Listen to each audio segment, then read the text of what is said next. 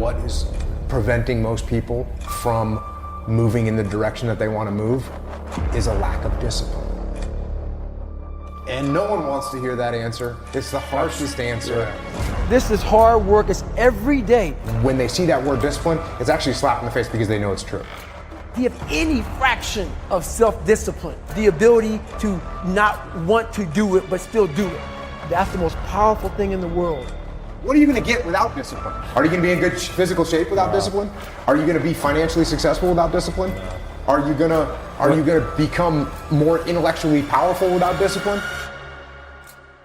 You're going to see me for who I am, because I need to change who I'm not. Discipline is the root of all good qualities. If you want to make progress in your life, you got to have discipline. Discipline equals freedom. You want freedom in your life? You want to achieve what it is you want to achieve? How do you do that? You do it through discipline. You do it through hard work. You do it by knowing what it is you're supposed to do and then actually doing it. Yeah. You have to face yourself. What am I going to do today to change what I see in this mirror? It starts with yourself, man. Through hard work, you can outwork anybody. Like, I'm going to be extreme in my discipline. Somebody asked me that on social media. How do you master discipline? I'm like, you don't. You don't. You keep working at it though. Every day. Yes. It takes power. It takes effort. It takes discipline to break the old you. What gives you confidence, not being afraid, is overcoming the fear. There's no one in the world that enjoys taking criticism. It's in the discomfort zone is where my confidence is getting built. The tougher things you go through, the more confidence you're going to have. The more confidence you have, the better you're going to get. But I'm going to work and try and make myself better. And that's the mentality you have. A lot of us who are afraid of something, we allow our minds to choose the path of least resistance, so we go a different route. What I did was what I knew how to do, which was work. You figure it out by going inside yourself. Because being a warrior takes a whole different mindset. That's what I'm going to do. When I was a little tiny kid, 5, 6, the only thing I could remember was wanting to be some kind of commando. There was not any question for me. I knew what I wanted to do. I never thought about quitting at any moment in time. SEAL Teams is going to war. That's what we do. You're lucky that you don't have to think like warriors think. You're very privileged. I chose this world to be a warrior. And I would choose it again if I came back to this world. But the mentality of a warrior is very different than normal mentality.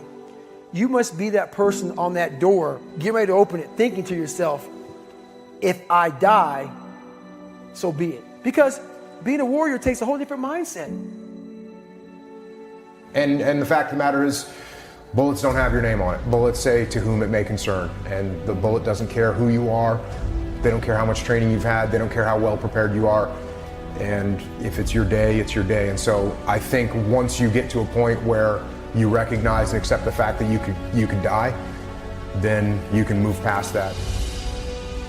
It's a really high percentage of people that quit, but there's also people that fail.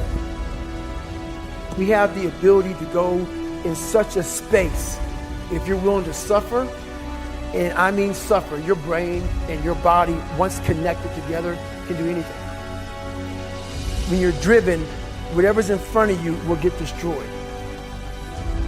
I was just a scared kid that found drive and passion to be something much better than what he thought he was. And that's why I talk about the warrior mentality. The only way you can go in that door is knowing there's a great chance you're gonna die. I worry about missing out on opportunities that I have.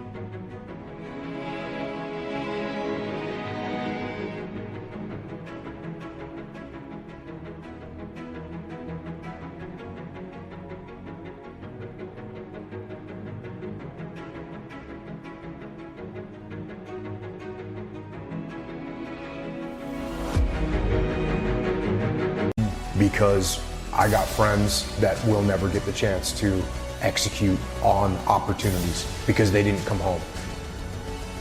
And that's literally what I told my guys was we've crossed a line, and there's no possible way to replace or describe or overcome the amount of just heart-wrenching sadness that you feel when you lose a teammate. I didn't know what to do, and I didn't know what to say.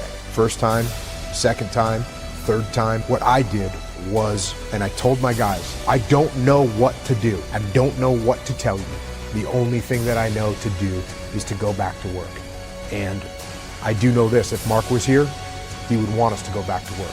And so we're gonna lock and load our weapons, and we're gonna go do what we do. That's the reality of combat.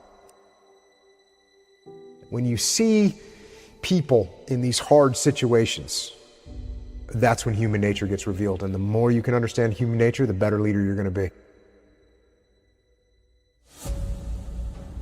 There's only one type of human being that can't improve as a leader, and that's the person that lacks humility. Because when someone lacks humility, you can't teach them. A leader has to be balanced. The older I get, the less I know.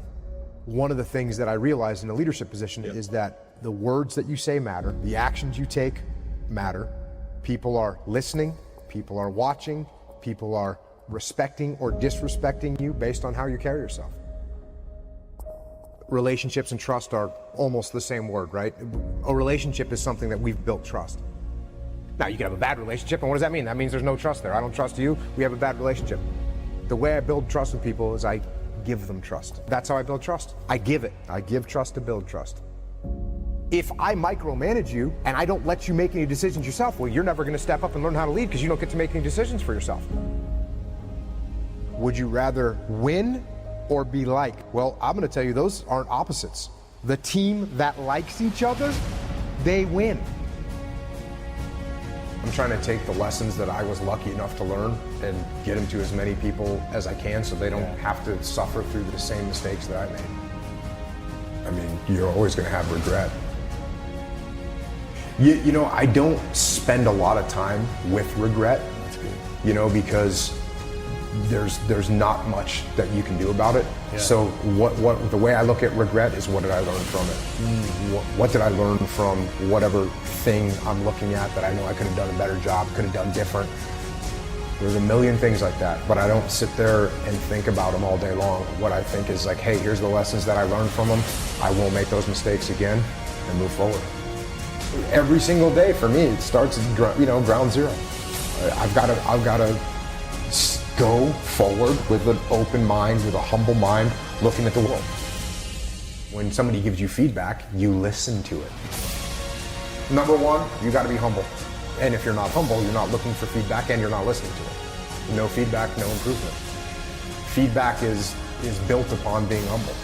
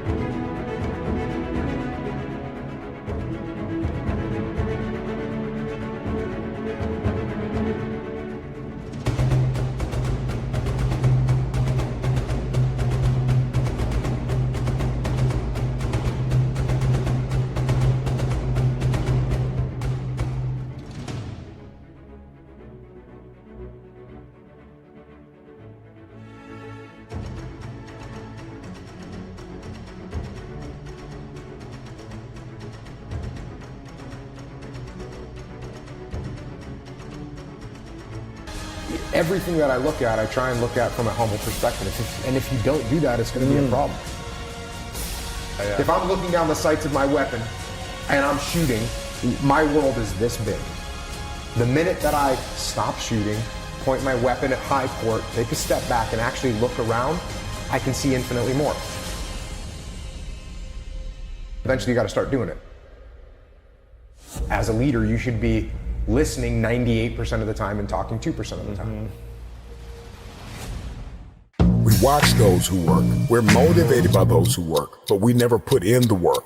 If you're going to conquer your day, conquer your week, nobody is going to outwork you. From this moment on, I need you to give it everything you have.